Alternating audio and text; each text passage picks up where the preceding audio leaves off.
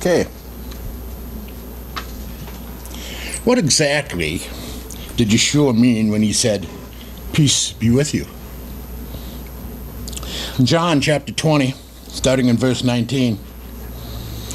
When it was evening on that day, the first day of the week, and the doors of the house where the disciples had met were locked for fear of the Jews, Yeshua came and stood among them and said, "Peace be with you." After he said this, he showed them his hands and his side. Then the disciples rejoiced when they saw the Master. Yeshua said to them again, "Peace be with you. As the Father has sent me, so I send you." When he had said this, he breathed on them and said to them, "Receive the Holy Spirit. If you forgive the sins of any, they are forgiven them. If you retain the sins of any, they are retained." But Thomas, who was called the twin, one of the 12, was not with them when Yeshua came. So the other disciples went and told him, "We have seen the Master." But he said unto them, "Unless I see the mark of the nails in his hands, and put my fingers in the mark of the nails, and my hands on his side, I will not believe." A week later, his disciples were again in the house, and Thomas was with him this time. Although the doors were shut, Yeshua came and stood among them and said, "Peace be with you." Then he said to Thomas, "Put your finger here and see my hands. Reach out your hand and put in my side. Do not doubt, but believe." Thomas answered him, "My Master and my Elohim." Yeshua said unto him, "Have you believed because you have seen me? Blessed are those who have not seen and yet come to believe." Now Yeshua did many other signs in the presence of his disciples, which are not written in this book.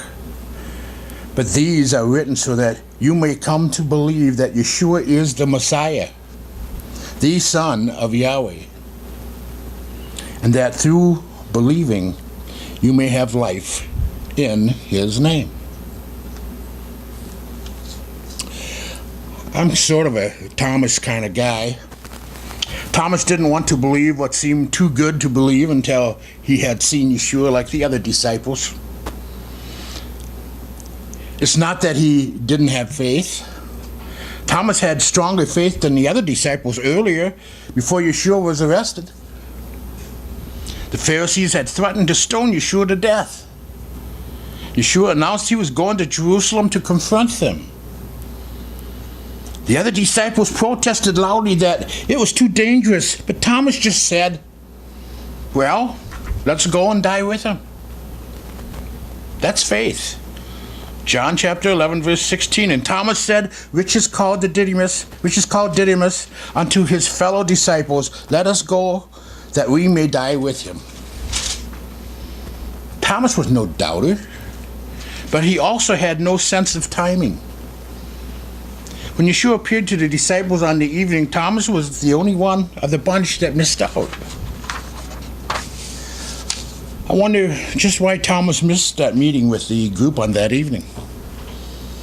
Maybe he was pretty resigned to the fact that it was game over. The Pharisees had won. Yeshua was dead.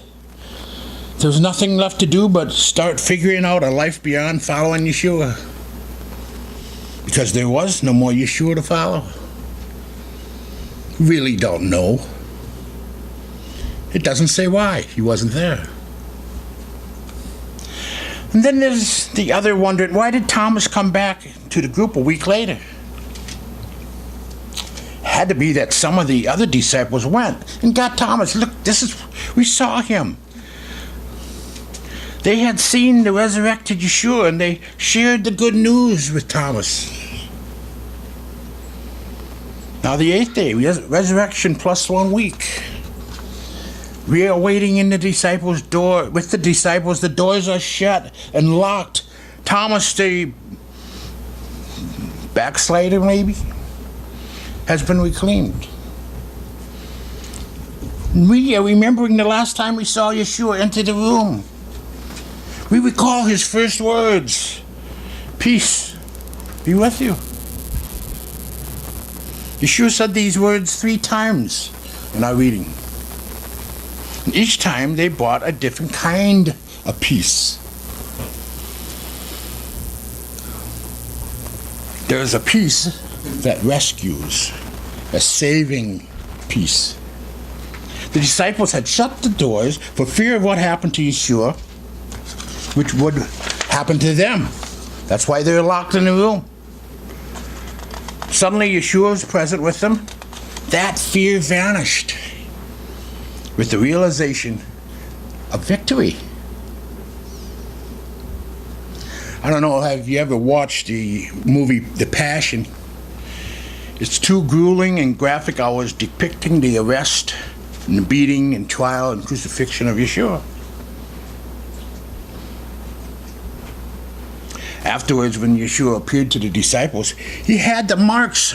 He had the marks of the suffering, the nails, the punch wound on his side. But it was obvious those marks didn't have him anymore. There's a peace that is surreal when the darkness of disaster and defeat are replaced by the light of victory. When Yeshua said, "Peace be with you," he was saying, I am with you. I am your victory. I am your peace. I am here to save. Even his name, Yeshua, means Yahweh saves. Saving peace. And then we have sending peace. Peace be with you. As the Father has sent me, so I send you. The second kind of peace Yeshua brought with him is sending peace. The Father sent Yeshua into the world to seek and to save that which was lost. Us. Luke 19:10, for the Son of Man is come to seek and to save that which was lost. He told the disciples, and he also tells us, that in the same way the Father sent him to the mission of reconciling all people to him, Yeshua sends us to that same mission. There's a story of a woman who wanted peace in the world and peace in her heart, but was very frustrated. The world seemed to be falling apart, just like we see today. She would read the papers and watch the news and get depressed. One day she decided to go shopping, and she went to the mall and picked a store at random. She walked in and was surprised to see Jesus behind the counter. She knew it was Jesus because he looked like all the pictures she'd seen. She finally got up the nerve and asked, "Excuse me, are you Jesus?" And he says, "Yes, I am." "Do you work here?" And he says, "No, I own the store." "Oh, what do you sell here?" "Just about everything. Feel free to walk up and down the aisle and make a list, see what it is you want, and then come back and we'll see what we can do for you." She said she did just that. She walked up and down the aisles. There was for sale peace on earth, no more war, no hunger or poverty, or peace in families, no more drugs, harmony, clean air, careful use of resources. She wrote furiously, and by the time she got back to the counter, she had a long list. Jesus took the list, skimmed through it, looked up at her and smiled. He said, "No problem." Then he bent down behind the counter and picked out all sorts of things, stood up and laid out packets on the counter. She said, "What are these?" "Seed packets," Jesus said. "This is a catalog store." She said, "You mean I don't get the finished product?" "No, this is a place of dreams. You come and see what it is, what it looks like, and I give you the seeds. You plant the seeds. You go home and mature and nurture them and help them grow. And someone else reaps the benefits." Oh, she said. She left the store without buying anything. Sometimes it's easier to dwell on saving peace than on peace, which compels us to go into all the world with the good news. But he said peace to them once more. It's a symbiotic peace. Yeshua came and stood among them and said, "Peace be with you."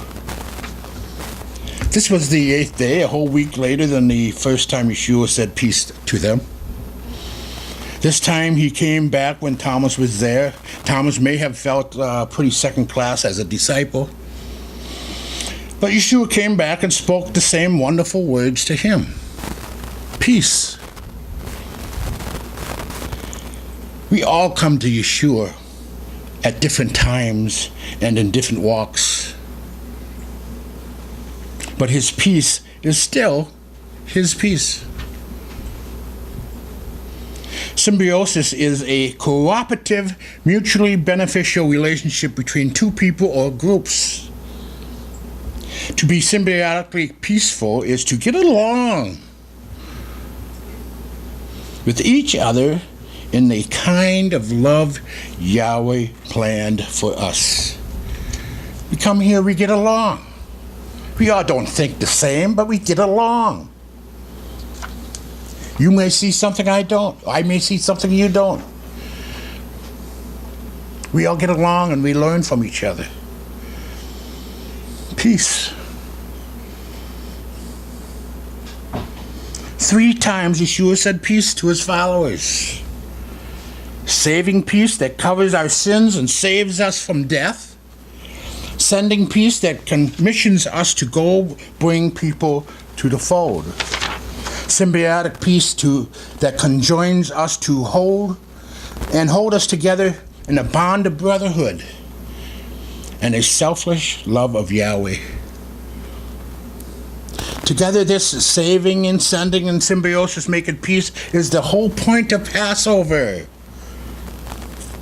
It's what Paul meant when he told us that Yahweh is in Messiah to reconcile the whole world to himself, and has given us that very same mission.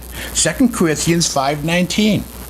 To wit, that Yahweh was in Messiah, reconciling the world unto himself, not imputing their trespasses unto them, and has committed unto us the word of reconciliation. Peace is the work of reconciliation. First, I am reconciled to Yahweh with his saving peace, having been rescued from my sins. Then I take part in rescuing others because of his sending peace, and I'm taught to live in symbiotic Yahweh love, the peace that passes all understanding. It's a matter of living in peace. It's peaceful at my house. It should be peaceful at your house. There's a man named Joseph. He's a Cardinal Bernardin. He wrote a book, The Gift of Peace. There's a gripping and moving account of his meeting with Stephen Cook, a young man who had accused the Cardinal of sexual abuse. This was back in 1993. The accusation became public, and the Cardinal had to live in a blare of public curiosity and constant media attention, and the deep pain of experiences his credibility and integrity questioned by many people who simply assume that an accusation is the equivalent of guilt. And then, over time, Mr. Cook acknowledged that the charges were false. The case was dropped. The Cardinal plunged back into his busy schedule, but he kept thinking about Stephen Cook, his accuser, now critically ill with AIDS and living alone. So the Cardinal did the most remarkable thing. He located Mr. Cook and invited him to meet at a seminary outside of Philadelphia. The Cardinal explained that his only reason for wanting to see Mr. Cook was to tell him that he, the Cardinal, harbored no ill feelings. He wanted to pray with Mr. Cook. Stephen Cook accepted the invitation and said that he wanted to apologize for the hurt and embarrassment that he had caused.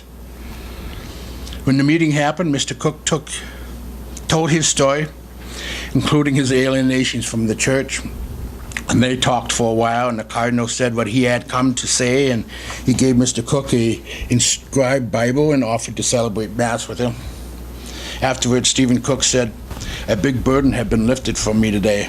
I feel healed and very much at peace." Cardinal Bernardin reflected as he flew back to Chicago that evening. Father Donahue and I felt the lightness of spirit that an afternoon of grace brings to one's life. This is the sum total of what saving, sending, and symbiotic peace means in the human family. Pass the peace. So when we come to the table, we celebrate peacemaking in our midst. We go after services, we'll have something to eat. So take a moment and pass the peace. Take this lifetime that Yahweh gave us and pass the peace. Yahweh bless.